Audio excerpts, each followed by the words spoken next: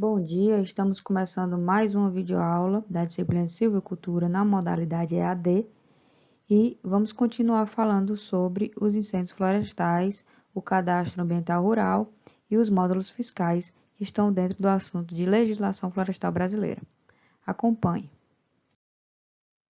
Aqui é uma reportagem que sai no dia 8 de junho de 2020, que eu peguei para vocês. O desmatamento e fogo podem agravar a pandemia na Amazônia. Por que pode agravar? Porque, gente, devido a essa alta incidência do Covid que estava acontecendo na Amazônia, até que deu uma baixa agora, mas tem mais de 3.000 mortes, a baixa oferta de leitos hospitalares de unidade intensiva, de cuidado intensivo, nos estados amazônicos, podem ver o número de pacientes com problemas respiratórios explodir a partir dessas próximas semanas, porque começa a temporada do fogo na região. Então, o pessoal começa a colocar fogo e aí acaba tendo problemas respiratórios e com o fim do período de chuvas também acaba acarretando em maior quantidade de fogo e fumaça. Com o fim do período de chuvas, desmatadores costumam retornar aos locais onde a floresta foi derrubada anteriormente para queimar os restos e assim limpar o terreno. Então, esse levantamento ele aponta uma imensa área desmatada na Amazônia que pode virar cinzas nos próximos meses. Então, aqui, só para mostrar para vocês uma atualidade sobre o assunto. Como é que a gente pode evitar os incêndios florestais? Porque a gente já viu que tem algumas exceções, mas como é que a gente pode evitar os incêndios?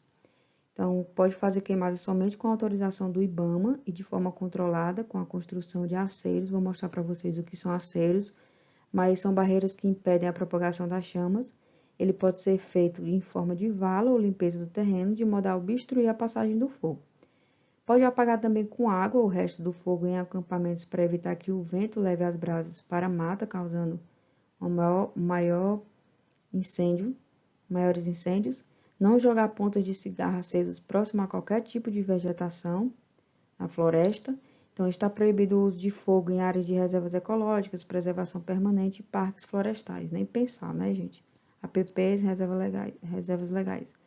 E as penalidades, sobre as penalidades para quem coloca fogo. A gente sabe que a fiscalização é muito falha, né, nessas áreas, mas tem penalidades. Então, os infratores estarão sujeitos às penas previstas nos artigos 14 e 15 da Lei 9.605, que é uma lei de crimes ambientais, que vocês podem acessar também. E as penas elas podem chegar à prisão de 3 a 6 anos e multas de até quase, mais ou menos, uns 5 mil reais. Tá certo? Então, aqui é como evitar os incêndios florestais. Então, não faça fogueiras, mas se for inevitável, nunca deixe queimando, apague totalmente o fogo após o uso. E quando for acampar também, não deixe o lixo no local, porque esses materiais secos podem se propagar e aumentar assim, causar um incêndio, né? Aqui é para mostrar para vocês fotos de aceiros. Então, aceiros são faixas ao longo das cercas. Então, tem as cercas, e aí o pessoal faz esse aceiro, tira a vegetação. Essa vegetação ela é completamente eliminada da superfície do solo, com a finalidade de prevenir a passagem do fogo para a área de vegetação, evitando assim queimadas ou incêndios. Então, vamos supor que está queimando aqui tudo para cá. Tá vendo o fogo? Aí o pessoal tira, faz esses aceiros para barrar o fogo, para tentar diminuir, para não passar para cá e sair queimando tudo. Falamos um pouco sobre as APPs, as reservas legais, a exploração florestal, como é que pode fazer essa exploração florestal, quais são as normas, a matéria-prima florestal, os produtos florestais e os incêndios florestais, como é que combate, né? Então, vamos falar um pouco agora sobre o cadastro ambiental rural. Lembrando que o cadastro ambiental rural, ele é um registro, que é o CA, chamado CA. Ele é um registro público eletrônico de âmbito nacional, obrigatório para todos os imóveis rurais, com a finalidade de integrar as informações ambientais das propriedades e posses rurais referentes às áreas de preservação permanente. Então, como é que a gente vai saber que é uma reserva legal ou uma área de preservação permanente? É por isso que a gente tem que cadastrar o nosso imóvel no CAR, Cadastro Ambiental Rural. Então, no caso, tem a finalidade mesmo de integrar essas informações para saber as propriedades e postos rurais referentes às áreas de preservação permanente, de uso restrito, de reserva legal, de remanescentes de florestas e demais formas de vegetação nativa e das áreas consolidadas, compondo também a base de dados para o controle, para também monitorar, planejar ambientalmente e economicamente o combate ao desmatamento. Mas muitas pessoas não fazem isso, né? A inscrição no CAR, que é esse Cadastro Ambiental Rural, é o primeiro passo para a obtenção da regularidade ambiental do imóvel. Então, se você quiser regularizar seu imóvel, você tem que fazer o cadastro. E contempla, o que é que contempla? Dados do proprietário, o que é que tem que colocar, né?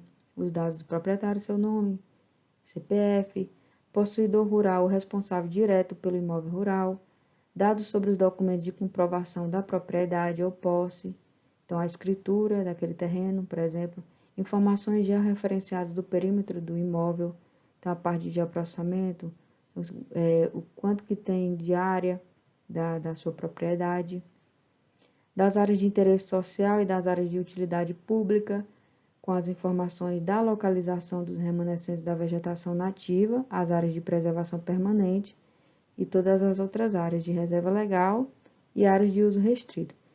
O CA, que é o Cadastro Ambiental Rural, ele leva em consideração a regularização ambiental do seu imóvel, a qualidade ambiental, os recursos naturais, os corredores ecológicos, as áreas degradadas, fala do imóvel rural, faz também o diagnóstico ambiental e as informações georreferenciadas. Então, no caso, os programas de regularização ambiental, que é chamado de PRA, compreendem um conjunto de ações ou iniciativas a serem desenvolvidas pelo proprietário ou possuidor rural com o objetivo de adequar e promover a regularização do seu imóvel. A inscrição no CA ela possibilita o planejamento ambiental e econômico do uso e da ocupação desse imóvel. Representa o primeiro passo para obter a regularidade ambiental. Além disso, ela constitui-se um requisito para os seguintes programas de benefício e autorização.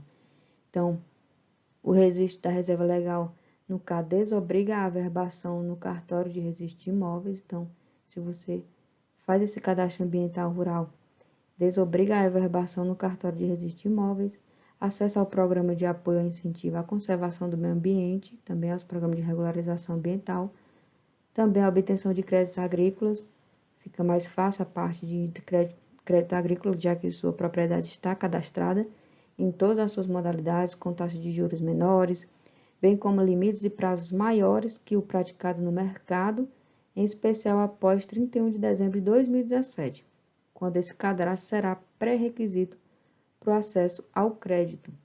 A contratação do seguro agrícola em condições melhores que as praticadas no mercado, caso haja algum problema climático, você perca tudo, geração de créditos tributários, entre outros. Outro item que vocês precisam saber sobre, que está dentro da legislação florestal, é o que é um módulo fiscal. Como é que a gente também, a gente tem um imóvel rural, cadastra esse imóvel rural, mas como é que a gente vai saber em relação ao módulo fiscal? Esse módulo fiscal é uma unidade de medida em hectares, cujo valor é fixado pelo Instituto Nacional de Colonização e Reforma Agrária, que é o INCRA, e cada município tem o seu. Então, por exemplo, Valença tem o seu, Teresina tem o seu, é completamente diferente. O tipo de exploração predominante no município vai levar em consideração se é hortifrutigranjeira, se é uma cultura permanente, no caso, se é uma fruteira, né? Cultura temporária, milho, feijão, pecuária ou florestal.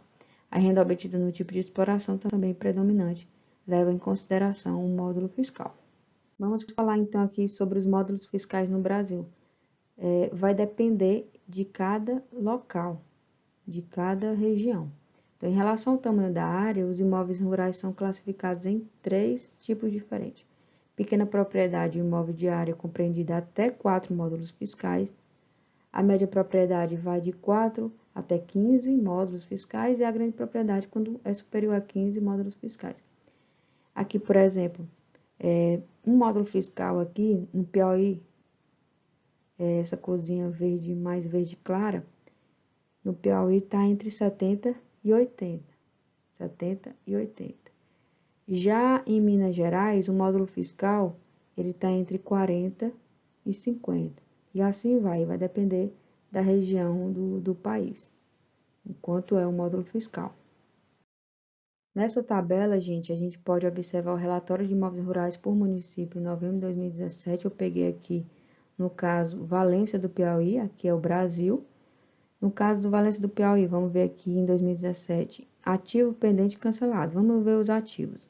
Tem as faixas de áreas, entre 0 a 50 hectares, 50 a 200, até mais de 5.000 hectares. A gente pode observar aqui que a maioria das propriedades estão dentro dessas faixas, né? De 0 a 50 hectares, são 868, e de 50 a 200 hectares, 298 propriedades. Quando você vai para mais de 5.000 hectares aqui, é o latifundiário, né? O rico.